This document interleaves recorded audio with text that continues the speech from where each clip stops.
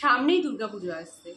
Commercial jewellery বা commercial product নাকি handmade প্রোডাক্টের বিজনেস করাটা তোমাদের কাছে কম পুঁজিতে বেশি লাভদায়ক হবে, সেটা জানার জন্য অবশ্যই ভিডিওটা দেখো।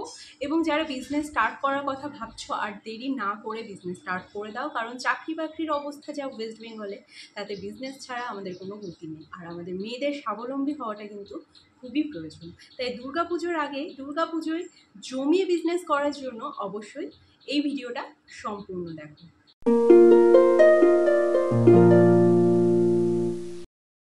শানুস জুয়েল কালেকশন ব্লগের নেক্সট ভিডিওতে প্রত্যেককে জানাচ্ছি ওয়েলকাম। আজকের ভিডিওর টপিক হলো কমার্শিয়াল জুয়েলারির বিজনেস ভার্সেস হ্যান্ডমেড জুয়েলারির বিজনেস। এখানে কোন জুয়েলারি স্টার্ট করলে তোমরা কম পুঁজিতে বেশি ইনকাম করতে পারবে, এটাই হচ্ছে আজকের ভিডিওর মেইন টপিক। যারা যারা আমার চ্যানেলে নতুন, আগে সাবস্ক্রাইবটা করে ফেলো, কারণ আমার এই যে ব্লগ চ্যানেলটা রয়েছে, এখানে কিন্তু প্রচুর তথ্যভিত্তিক ভিডিও আমি পাবলিশ করি, টিউটোরিয়াল ভিডিও পাবলিশ করি, এবং প্রচুর শর্ট ভিডিও রয়েছে যেখান থেকে তোমরা দেখে শুনে কেনাকাটা করতে পারবে। তাই যারা জুয়েলারি পরতে ভালোবাসো, কিনতে ভালোবাসো, বা জুয়েলারি বিজনেস স্টার্ট করতে চাইছো, যারা নতুন নতুন প্রোডাক্ট বানানো শিখতে চাও, তারা কিন্তু অবশ্যই চ্যানেলটা সাবস্ক্রাইব করে ফেলো। তাহলে এবার আসি মেইন টপিকে, handmade jewellery versus commercial jewellery. এটা কিন্তু কোনো কম্পিটিশন নয়। তোমাদের কোন জুয়েলারি বিজনেসটা স্টার্ট করলে পরে তোমাদের লাভ বেশি, অনলি জুয়েলারি নয়, যে কোনো জিনিসই হাতে বানানোর ব্যাপার আলাদা থাকে, আর ডাইরেক্ট হোলসেলে দোকান থেকে কিনে আনার ব্যাপারটা আলাদা থাকে। তো যেহেতু আমার জুয়েলারি বিজনেস, তাই আমি জুয়েলারি দিয়েই স্টার্ট করব ভিডিওটা। হ্যান্ডমেড জুয়েলারি বা হ্যান্ডমেড যে কোনো প্রোডাক্টের মানে কি? আমাদের প্রত্যেকেই র ম্যাটেরিয়াল কিনতে হয়। র ম্যাটেরিয়াল কেনার পর আমাদেরকে জিনিসটা হাতে বানিয়ে তারপরে সেল করতে হয়। আর যেগুলো কমার্শিয়াল প্রোডাক্ট আছে, সেগুলো আমরা হোলসেলে বিভিন্ন ধরনের দোকানে রয়েছে, অনলাইন শপ রয়েছে, অফলাইন শপ রয়েছে, সেখান থেকে বহুমূল্যে কিনে একসাথে প্রোডাক্ট কেনার পর সেগুলো আমরা মার্কেট প্রাইসে ছেড়ে দিই। আমি যে কথাগুলো বলবো সেই কথাগুলো বোঝার চেষ্টা করব। কোনো বাজে কমেন্ট কিন্তু আমি একদমই চাই না। যাদের কোনো প্রশ্ন থাকবে তারা অবশ্যই কমেন্টে জিজ্ঞাসা করে নেবে। এবার হ্যান্ডমেড যে সমস্ত প্রোডাক্ট আমরা আর্টিস্টরা বানিয়ে থাকি, সেটা জামা হোক, ক্যান্ডেল হোক, জুয়েলারি হোক, বা যে কোনো জিনিস, আমরা প্রথমে র ম্যাটেরিয়ালগুলো খুঁজি, কোথা থেকে জিনিসপত্র বানানোর সামগ্রীগুলো পাবো আমরা। এবার একসাথে অনেক র ম্যাটেরিয়াল, অনেক টাকা জিনিস আমরা কিনলাম। কেনার পর যখন বানাচ্ছি, যখন আমরা সেটাতে প্রাণ প্রতিষ্ঠা করছি, যখন আমরা সুন্দর সুন্দর জিনিসগুলো বানিয়ে সেখানে সময় দিচ্ছি, সেটার উপর একটা আলাদা মায়া, আলাদা একটা প্রাণ প্রতিষ্ঠা হচ্ছে যে কোনো প্রোডাক্টের উপর।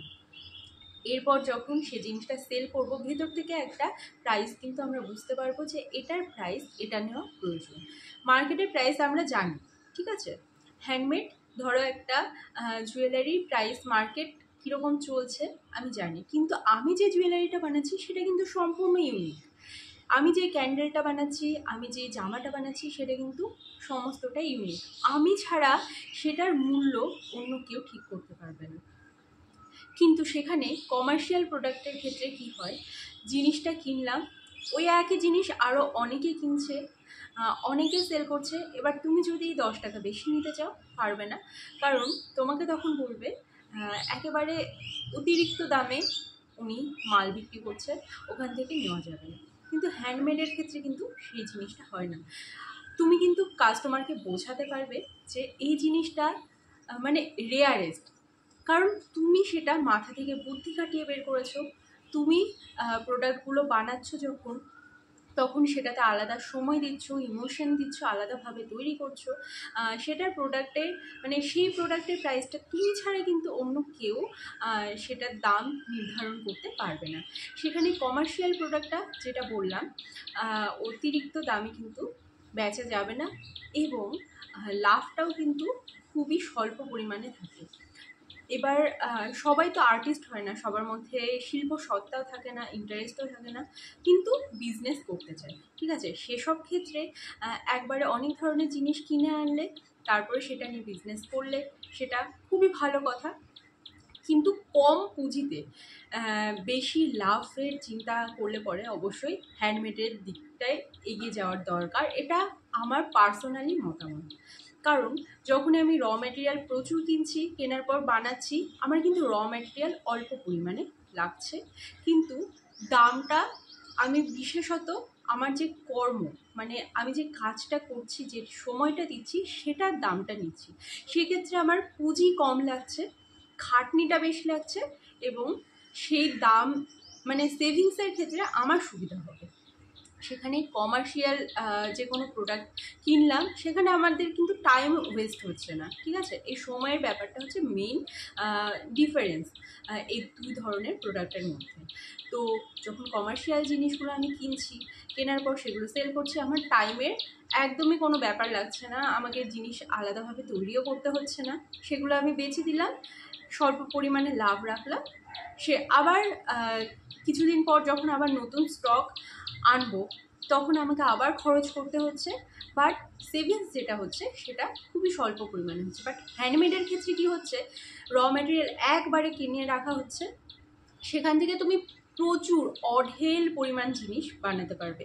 কমার্শিয়ালের ক্ষেত্রে ওই তুমি যে কটা ছবি তুললে, যে কটা প্রোডাক্ট আনা হলো, সেই কটা প্রোডাক্টের ছবি বারবার পোস্ট করতে হবে, বা সেই কটা জিনিস শেষ হয়ে গেলে তোমাকে আবার কিনতে হবে। কিন্তু র মেটেরিয়ালের ক্ষেত্রে কি হচ্ছে, মানে হ্যান্ডমেড প্রোডাক্টের ক্ষেত্রে কি হচ্ছে, একবারে যেহেতু অনেক প্রোডাক্ট কেনা হয়ে যাচ্ছে র মেটেরিয়ালের, সে তুমি মাথা থেকে আইডিয়া বের করছো, নতুন একটা জিনিস বানাচ্ছ, প্রচুর অসংখ্য প্রোডাক্ট তুমি বানাতে পারবে, তোমার ছবির কোনো অভাবই হবে না। মানে আমি অনলাইন বিজনেসের কথা বলছি বিশেষত, কারণ তুমি ভ্যারাইটিস ধরনের চুড়ি, গয়না, ইয়াররিংস, নেকলেস, ব্রেসলেট প্রচুর বানাতে পারবে, কারণ তোমার কাছে প্রচুর র ম্যাটেরিয়াল রয়েছে।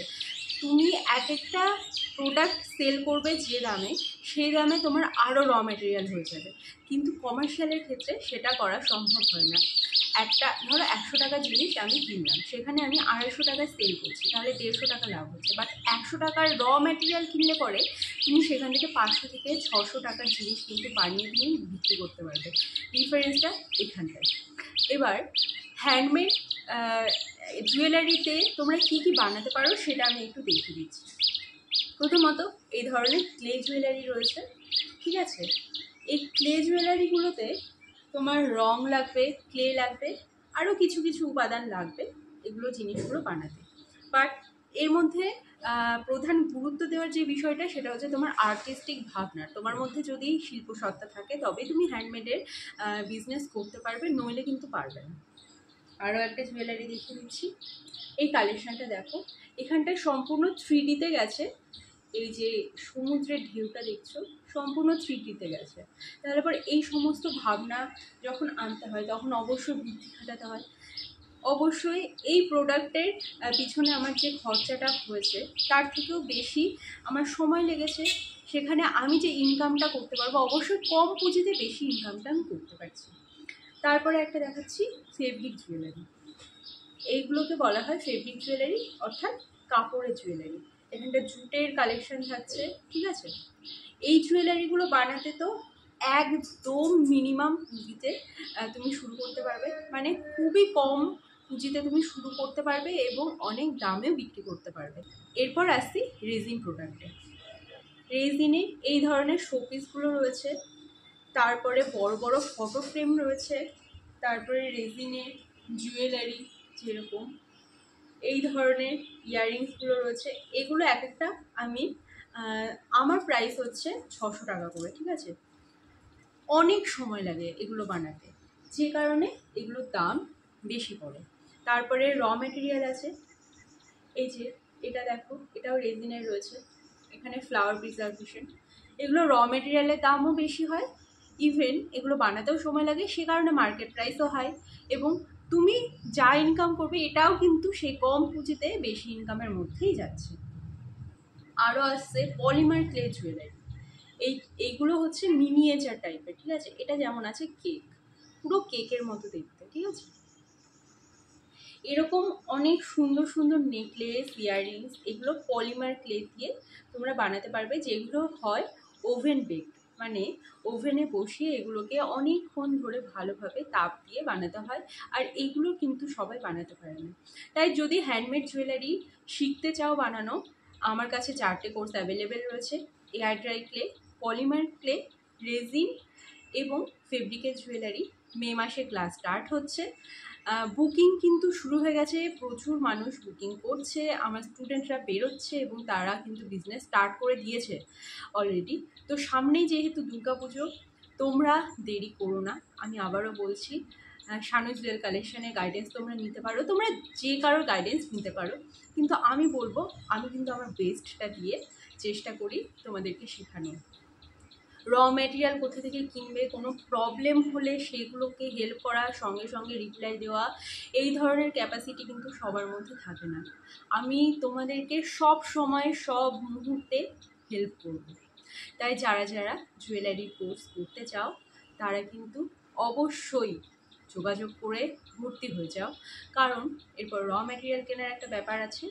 তাই দেরি না করে ঝটপট বুকিং করো তোমাদের ক্লাস। তোমরা যে জুয়েলারিটা শিখতে চাও, যে জুয়েলারি বিজনেস করতে চাও, আরও সুন্দরভাবে শেখার জন্য, নিট অ্যান্ড ক্লিনভাবে বিজনেস স্টার্ট করার জন্য, অনলাইনে কীভাবে বিজনেস করবে সেটাও শিখিয়ে দেওয়া হবে। আর দেরি করো না, মে মাসের ক্লাসটা বুক করে ফেলো। দেখা হচ্ছে আবার নেক্সট ভিডিওতে।